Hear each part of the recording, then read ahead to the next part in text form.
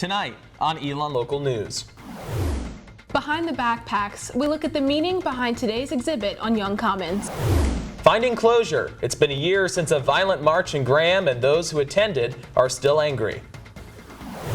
A new class, 6 former Phoenix will be inducted into the Elon Hall of Fame this weekend. We'll have more on how to be inducted. Those stories and more. Elon Local News starts now. Live from the Jane and Brian Williams studio at Elon University School of Communications, you are watching Elon Local News.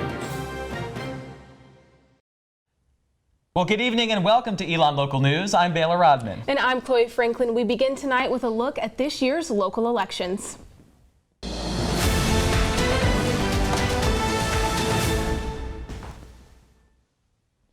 Tomorrow, voters will be heading to the polls to cast their ballots in the local election. Elon News Network is following the town of Elon mayoral and Board of Aldermen races and the Burlington mayoral and city council races. Current Elon Alderwoman Emily Sharp and Elon resident Michael Woods are both campaigning for mayor, while staff member Stephanie Borland and senior pastor of Elon Community Church Randy Orwig are campaigning for 2 open seats on the Board of Aldermen. Last month's primary election determined that incumbent Ian Baltudis and City Councilman Jim Butler would be the 2 candidates moving on in the Burlington mayoral race. The primary also decided the top 4 candidates moving on for Burlington City Council. Ronnie Wall, Daywana Bigelow, Harold Owen, and Bob Bird are the 4 candidates running for 2 open seats on the City Council. If you're registered to vote in Elon or Burlington and plan on voting in person tomorrow, there's a few details you need to know before you go to the polls. They will open for Election Day tomorrow, all beginning at 6:30 a.m. Eastern and closing at 7:30 p.m. There are 5 locations in the town of Elon and 18 locations in the city of Burlington where you can go to cast your choice. All of the locations are either community centers, churches, or schools. To find out the location of your polling place, go to the North Carolina Board of Elections Polling Place Search website, which is listed on your screen, and confirm your polling place before you leave to vote. It's important to note that the Elon campus is divided into 2 precincts. For more information on which polling location to visit and all of the day of details, visit our website, elonnewsnetwork.com. And now that you've seen where you can vote, it's important to know why it matters. Political science professor Carrie Eves says students should remember that just as much is at stake on the local level as there is when there's a state or national election. So I'll say students should vote in all local elections. You should vote anytime the polls are open. We in Elon Votes do not tell students where they should vote. It's up to students to decide whether they should register here at Elon or back at home. As if you're registered at Elon, heading to the polls on Election Day does impact your community. If you happen to choose to be registered here at Elon, though, we do want you to vote. You should care about those who are leading this community because you're a part of this community and you should want to make it better, and voting is a way to stand up and make your voice heard. For live updates and results of tomorrow's elections in Elon and Burlington, visit our website, elonnewsnetwork.com.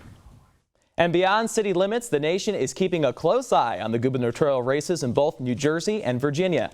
In the Garden State, incumbent Democrat Phil Murphy leads his opponent, Republican businessman and former state assemblyman Jack Citarelli, by about 8 points, where the top issues amongst voters continues to be the state's handling of COVID and tax hikes. But it's a much tighter race in the Commonwealth of Virginia, where Republican Glenn Youngkin leads Democrat Terry McAuliffe by 2 points. The two are crisscrossing the state to make their final pitch to voters, with parents' say in their child's education being the front and center issue. As Election Day nears, some Alamance County residents remember a violent clash between protesters and police exactly 1 year ago yesterday. Our Kira O'Connor spoke with some who say the March to the Polls event left them traumatized. If they weren't on the receiving end of that trauma, if they weren't pepper sprayed, if they did not choke that day, if the eyes weren't burning that day, or watching it happen, even if they were on the outskirts to see it and not know how to respond to that, you can't move forward. Faith Cook was one of hundreds who marched in Alamance County last year in a March to the Polls event. The peaceful march ended in chaos, leaving many involved confused, angry, and hurt. For Elon students Tim Olson and Hannah Garcia, forgetting the events of the march was nearly impossible. The pair were arrested that day, but were not found guilty until August 2021. Every single person that was in there will remember that day. It'll be ingrained into their memories, yet there will be no real proof of it in the policies of Graham. You can move forward, but you can't forget about it. So to act like it never happened is not fair. To think that that day isn't going to affect people's lives forever. Cook said while being pepper sprayed and experiencing what she did last October greatly impacted her, she will continue to advocate and protest. Now that I've exhaled, let me get back on my fighting shoes. Let me get my fighting gloves back on and say, let's get back out there and make some noise. Kira O'Connor, Elon Local News. To hear more about the year since the march to the polls for Alamance County residents, pick up a copy of this week's Pendulum. And it's homecoming week. We'll hear from alumni returning to campus when we return. Stay close.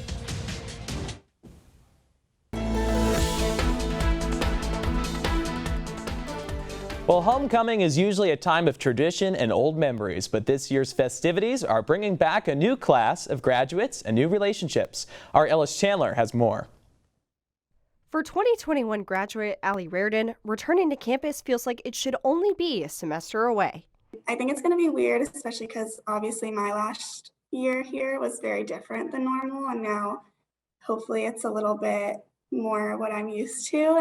Reardon works in New York City and is attending homecoming with other alumni who live there, and they even booked the same flight. I was kind of in the mindset that I'd be coming back to Elon in the winter for next semester, but I'm slowly starting to get used to it.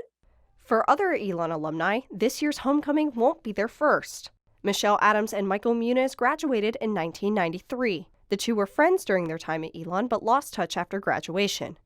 The two rekindled their friendship 2 years ago at homecoming. And so that's what kind of got the dialogue started with us at the time in 2019. And so that was the first time I had seen him since college in 1993.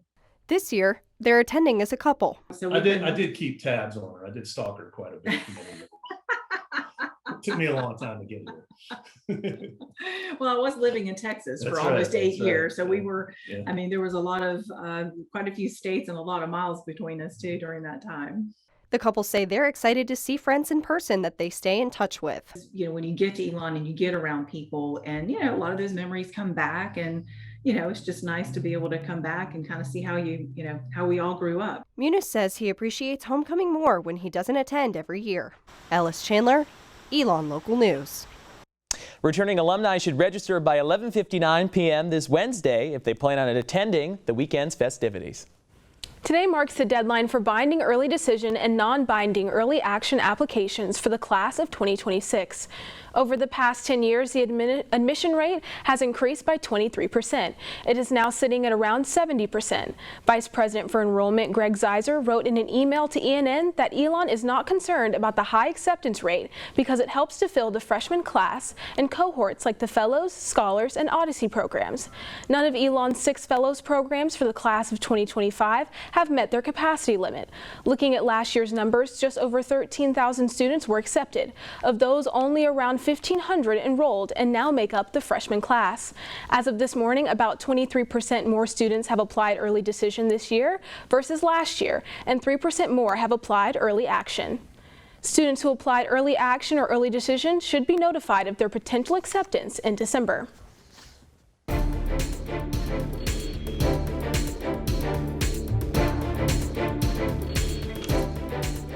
The FDA is delaying their decision on whether to make Moderna's coronavirus vaccine available to 12 to 17-year-olds, as the agency says it needs more time to evaluate if the shot increases the risk of a rare cardiac side effect. FDA officials say that it will be under review until at least January.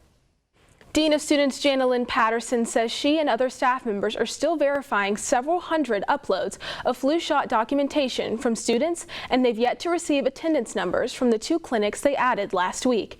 She says administrative action like deactivating Phoenix cards won't be taken until all the records they have are uploaded and verified. Students who did not comply with the deadline will hear from the university beginning next week. American Airlines canceled a quarter of its entire schedule yesterday and over 1,500 flights this weekend alone. The airline blamed high winds in the west and staffing shortages across the country for the chaos at check-in. With less planes in the air, consumers are likely to be charged more, leaving students worried about their Thanksgiving airfare. Sophomore Annie Christensen says that she's worried about high prices and finding a flight home. As like a college student, like you have to worry about like the prices of like literally everything, and like I'm like nervous, I guess, like if when I like do make a flight, like if like the prices are going to be high, because like I feel like prices are higher when you like get it like closer to the date. American Airlines has said they will continue hiring new positions towards the end of the year in anticipation for high holiday travel. And coming up, homecoming, football, CAA drama, and more. We've got it all coming up after the break. You're watching Elon Local News. Class registration begins Friday, and with students registering for both winter term and spring courses, we're going to break down the basics of how to register for classes. The first step is to log onto OnTrack and select Register for Sections. By this time, you should have all of your classes put into your cart. If you don't, you can check the boxes for possible classes you may want to take next semester.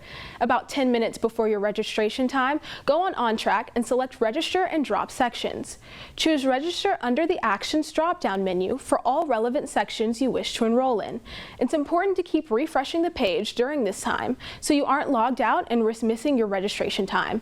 When the clock hits your time, click Submit immediately. Now, if you get into all your desired classes, you're done after this step. If not, repeat what we just went over with different courses, and make sure to either waitlist yourself or remove the course from your cart if it's at capacity. It's also important to make sure you've met with your academic advisor prior to registration so you're approved to register for classes. This is the last time Elon will be using this registration system, as the newly announced one will be implemented in the spring for fall of 2022 registration.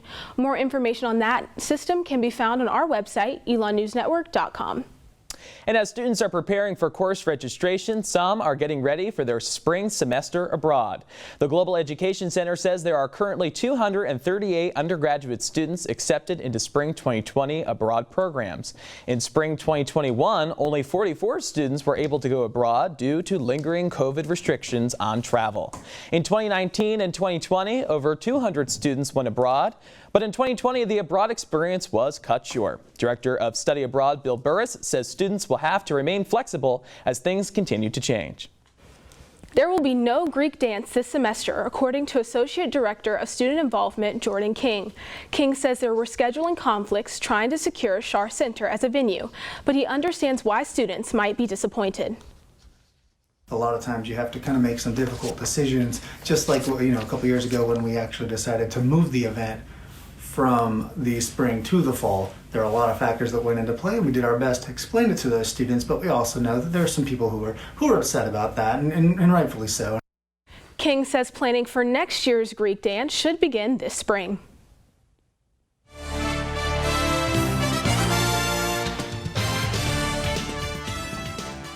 As campus prepares for homecoming, Elon Athletics will be welcoming 6 former Phoenix back to campus to be inducted into the Elon Hall of Fame. 3 inductees are from the Hall of Fame class of 2020, whose ceremony was canceled due to the pandemic, and the other 3 are from this year's class. All 6 inductees are from different sports, with graduation years ranging from 2004 to 2011. Elon Athletics spokesman Jason Knavel says that to be inducted into the Hall of Fame, you must show excellence in your time at Elon with athletics and academics, as well as continuing to carry out Elon's mission and spirit post-graduation. Knavel says that he is looking forward to hearing the stories of the inductees and seeing all of them in person.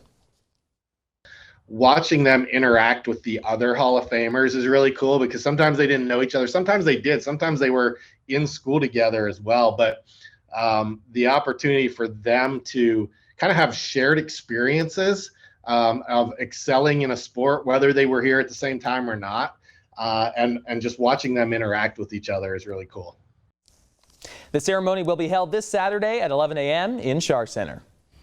The Hall of Fame class will also be honored at Elon's homecoming football game Saturday. The Phoenix will take on the Villanova University Wildcats at Rhodes Stadium. Head coach Tony Trisciani says he is excited to celebrate them and past Elon championship teams this weekend. It means a lot to us to play at home, and we want to deliver a victory at home for our fans and our family on homecoming and honoring the national championship teams. We want to come out here and we want to play well and get a big win on Rhodes Stadium. Villanova is currently ranked 10th in the football championship subdivision. Offensive lineman Nick Caramelli says the Wildcats' size will test the Phoenix. You know, they offer a good challenge. You got a good defense, got really strong guys in the middle, so it'll be fun for our O-line. Kickoff is set for 2 p.m. For post-game coverage, visit our website at elonnewsnetwork.com. Trisciani also spoke to us about the expectation of James Madison University to leave the Colonial Athletic Association after the 2022 season. The move was unanimously approved by JMU's Board of Visitors, and if approved by the state, it will join the Sun Belt Conference with schools like Appalachian State and Coastal Carolina. When I walked out of Bridgeforth Stadium in the locker room on Saturday, I kind of peeked into the stadium and looked around and said, I might not be back here for a while. James Madison will present its final plan for approval to the state of Virginia on Friday. Coming up, trick-or-treaters came to campus last night for Halloween celebrations.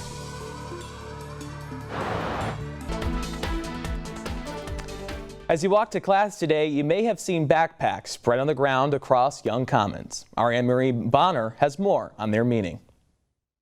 Backpacks filled with stories of survival and loss. Active Minds National circulates the Send Silence Packing exhibit to colleges nationwide. The goal, to encourage students to talk about mental health and seek out help from professionals. Active Minds President Georgia Stoddard says this event is more important than ever. We have academics, and I'm a senior, and we have the future. It's so close, and we have personal relationships, and there's so much happening all at once. And it's so easy to get overwhelmed, to feel lost, to feel hopeless. Tour coordinator for Active Minds, Aaron Plattis, has traveled to over a dozen schools this semester and says he wants college students to know that suicide is a prevalent issue. This is a thing that happens to people, and it shouldn't be stigmatized. It should be talked about, because the more that you talk about something, the more that people feel comfortable reaching out, leaning on their support systems, and trying to stop things before they get to this point. For Stoddard, it's about helping a student who may be suffering in silence. This campus would not be the same without the students here.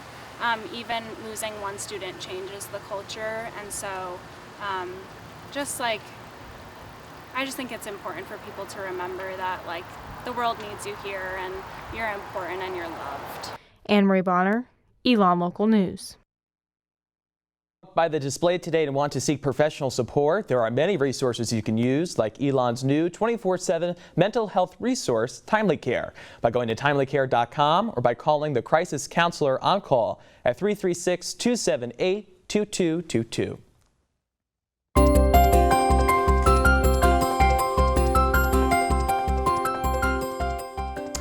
All right, it's 25 minutes after the hour now, and our Jenna Manderioli joins us on Citroen Plaza with a live look at the weather ahead. Jenna, good evening to you. Good evening, Chloe and Baylor. I took a stroll around campus earlier today, and it was gorgeous out. There were lots of students out and about, and you can really see that the leaves are starting to change on the trees. But unfortunately, we're going to start to see a drop in the temperatures as we enter the month of November. Now for your Phoenix 5-day forecast. There will only be one day this week that's in the 60s, and that is tomorrow. So try to take advantage of that warmer weather before we see the rest of the week drop into the low 50s. The sun will stick around a little bit on Wednesday, but on Thursday we will see rain and clouds.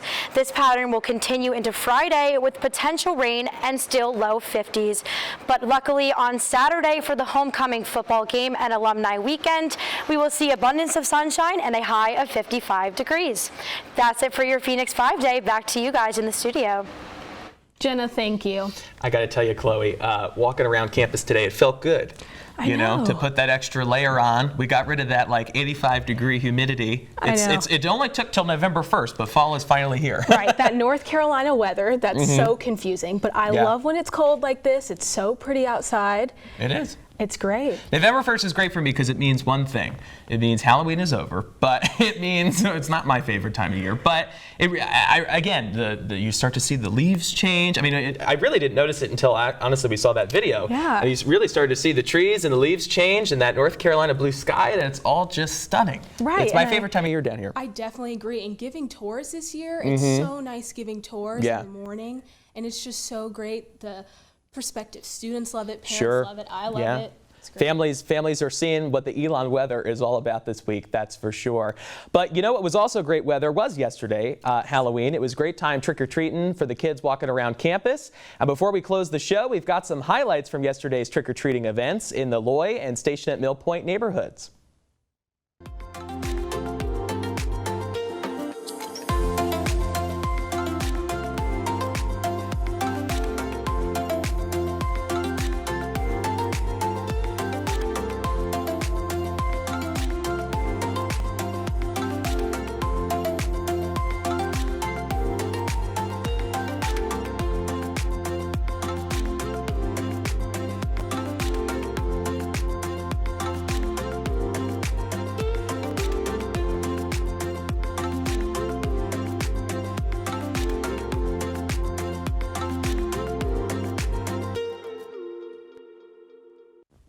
All right, well, I know I said I'm not a huge fan of Halloween, but that was cute, so I'll give it that.